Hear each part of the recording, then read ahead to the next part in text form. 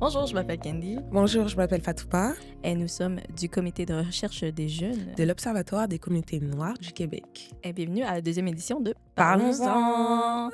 Alors, Donc aujourd'hui, on va parler du cahier de l'Observatoire de Marceliane Silva d'Acosta. de quoi parle ce nouveau cahier? Ok, donc le nouveau cahier parle de la santé mentale des personnes noires en étudiant les impacts du racisme ordinaire et des traumatismes qu'il peut engendrer. Donc, il explique comment les microagressions raciales, souvent minimisées, affectant profondément leur bien-être et leur psyché.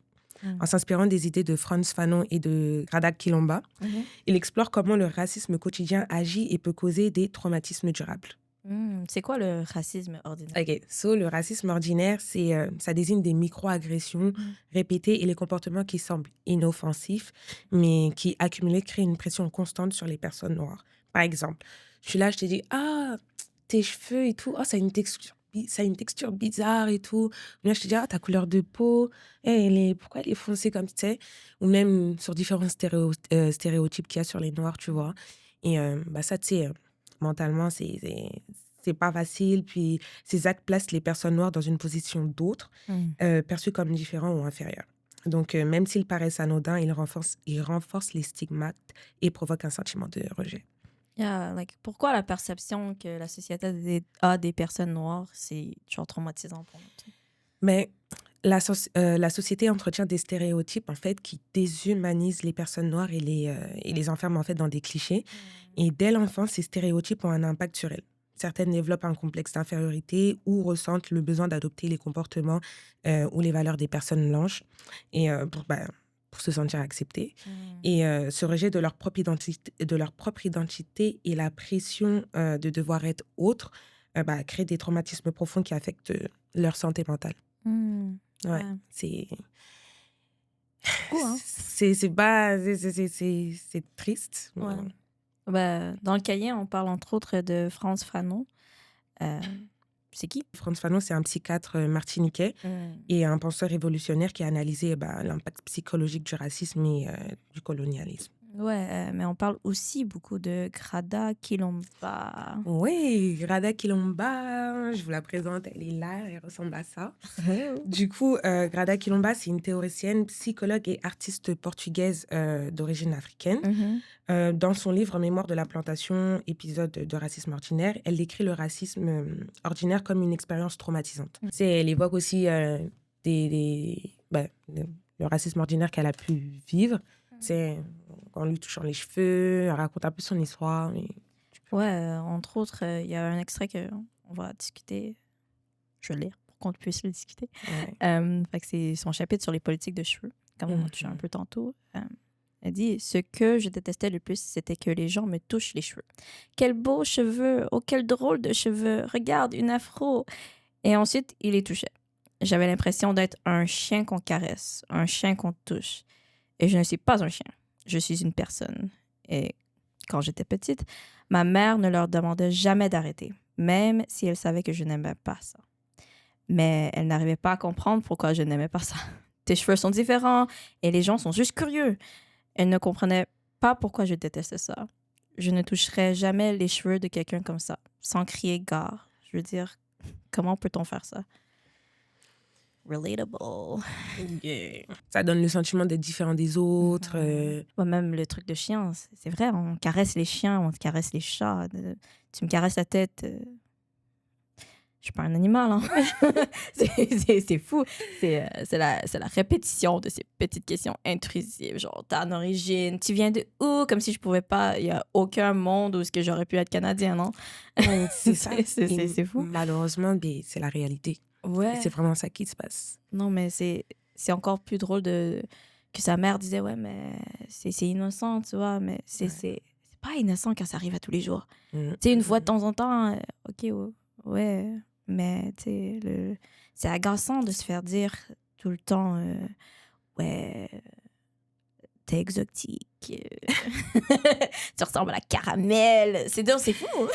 Ouais, tu sais que les effets du racisme ordinaire, ça a des effets, encore une fois, ça a des effets négatifs, tu sais. Ça se traduit par un stress psychologique constant, une perte d'estime de soi, un sentiment d'exclusion. Et du coup, les micro-agressions et les regards intrusifs portés sur le corps noir Ouais. contribuent à la fatigue émotionnelle et peuvent mener à des troubles de santé mentale à long terme, tels que l'anxiété et la dépression. Ouais, même les stéréotypes plus genre c'est flatteurs, tu sais, comme on parle souvent récemment comme le corps des hommes noirs peut être tu sais, comme genre fort et tu sais, viril, etc. C'est comme des stéréotypes dits positifs, tu vois. Malheureusement, pas du tout, parce que, Ouais. tu sais, dans le cahier, de ce que j'ai pu lire, tu sais, ça amène plus à une forme de déshumanisation, tu sais, de la personne. Les corps noirs sont sexualisés et fétichisés Hmm. et souvent réduits à des traits physiques exagérés. Mais comme tu as dit, par exemple, les hommes noirs, ils sont virils, ils sont... Voilà. Puis, tu sais, comme tu as dit aussi, tu sais, les femmes, elles sont exotisées. Et mais du coup, ces clichés, ça les réduit à des objets. Hmm. Et ça les réduit à des objets, les déconnectant de leur humanité et les rendant plus vulnérables aux violences et aux fantasmes racistes. Ouais, c'est super vrai, cette histoire de déhumanisation qui peut être super dangereuse, spécialement, je pense, aux hommes noirs qui sont souvent bah, dans des situations violentes avec la police, etc. Ça vient avec les stéréotypes de, ben, ils sont plus forts, fait que tu les penses déjà plus agressifs, etc. Ouais, exactement. C'est beaucoup, mais face à tout ça, qu'est-ce qu'on peut faire, nous? Tu sais, le cahier propose un chemin de décolonisation personnelle pour contrer les effets du racisme ordinaire, c'est-à-dire reprendre le contrôle de son histoire, valoriser sa culture, partager ses expériences. Il souligne aussi l'importance de développer une conscience collective pour résister aux pressions sociales et trouver du soutien dans sa communauté. Donc, tu sais, tu partages ça avec d'autres personnes de la communauté. Au contraire aussi, tu sais, au lieu de voir ça un peu, tu sais, de le prendre mal ou autre, mais tu sais, tu valorises ta culture, tu assumes, tu es fier de ce que tu es. Tu sais, ça aussi, ça peut aider même mentalement, tu sais, à enlever cette estime de soi et autres à cause de tout ce qui est racisme ordinaire, en fait. Et surtout à pas vouloir, par exemple, ressembler aux personnes blanches ou, tu sais, être comme eux, tu sais, juste être fier de qui ils sont. Ouais, pas se laisser faire. Exactement, c'est ça. Nice. C'est quand même intéressant en tant que quelqu'un qui travaille dans les sciences fondamentales de voir qu'il y a un effet de ce stress de discrimination du côté biologique aussi. Ah ouais? Ouais, il y a plusieurs papiers qui en parlent en fait du stress quotidien et et la discrimination et le stress racial peut affecter des corps, notamment chez les femmes noires. Ok, ça, je savais pas comment ça.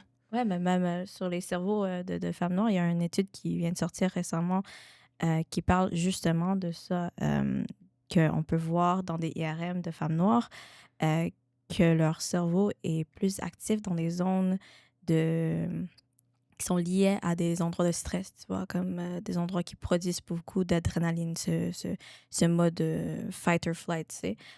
Il est actif même dans des moments D'inactivité, quoi. d'inactivité, ouais. Toi, t'es dans l'IRM, tout ce que tu fais, c'est te coucher, puis t'as une activité de stress qui part dans ta tête. Puis ça a été corrélé avec des niveaux reportés de discrimination plus hauts chez ces femmes-là. Wow. C'est pas juste ça, on voit aussi dans leur sang. Ouais, c'est fou, hein? Ouais. On peut même dire que le stress vieillit. Le stress vieillit? Ouais, dans l'ADN de ces femmes noires-là, on a été capable de voir qu'ils sont plus âgés selon leur ADN que leur âge réel. C'est fou quand même. Hein? Ok. Donc, ça peut avoir un impact. Ben, tu sais, ça les vieillit. Est-ce que ça a un impact aussi sur leur humeur, sur... Ouais, ben, comme on en parlait tantôt, du fait que le stress peut avoir un effet négatif sur nos émotions, etc., ben, ça a été démontré qu'il y a des niveaux plus hauts de traumatisme chez cette communauté-là, mais ces traumatismes-là est aussi relié avec des problèmes de cerveau, tu sais. Ce accélération de vieillissement chez les femmes et en général, ça a été relié avec une neurodégénération dans le cerveau. Fait que, tu sais, ça vieillit pas juste dans le sang, ça vieillit dans le cerveau aussi. C'est quand même des choses qui sont moches. Wow. Moi, je pense à moi qui stresse tout le temps. Je suis comme, OK, donc ça, en fait, ça me vieillit, quoi. Ben oui, et même ces niveaux de stress, ça monte le cortisol. Le cortisol, ça monte le taux de pression artérielle aussi. Ta pression, stress, tout ça, c'est pas bien pour ton corps, c'est pas bien pour ton cerveau, c'est pas bien en général. Hein. Est-ce que j'ai des rides ou pas? Bon, rendu là. Pas encore. Au moins, ça change les choses un peu. Mais du coup, tu sais, là tu vois, tu viens de me dire quelque chose de gros. Moi, je suis comme, OK, est-ce qu'il y a un moyen de gérer son stress pour atténuer certains de ses effets? De manière individuelle, c'est même pas bien étudié. Hein, si l'histoire des méditations, etc., peut aider dans le stress racial quotidien, mais c'est pas juste ça. Hein. En vrai, même si de manière individuelle, tu réussis à atténuer ton niveau de stress, ça enlève pas les systèmes généraux. C'est un problème systématique ici, genre systémique, désolé. Systémique en général, même dans le réseau de santé. On sait que le racisme existe encore, la discrimination existe encore, ça affecte ton santé dans tous les niveaux. Du coup, Marcilène Silva d'Acosta essaye de nous montrer à travers le cahier de l'Observatoire. Donc, faut vraiment le lire pour le comprendre.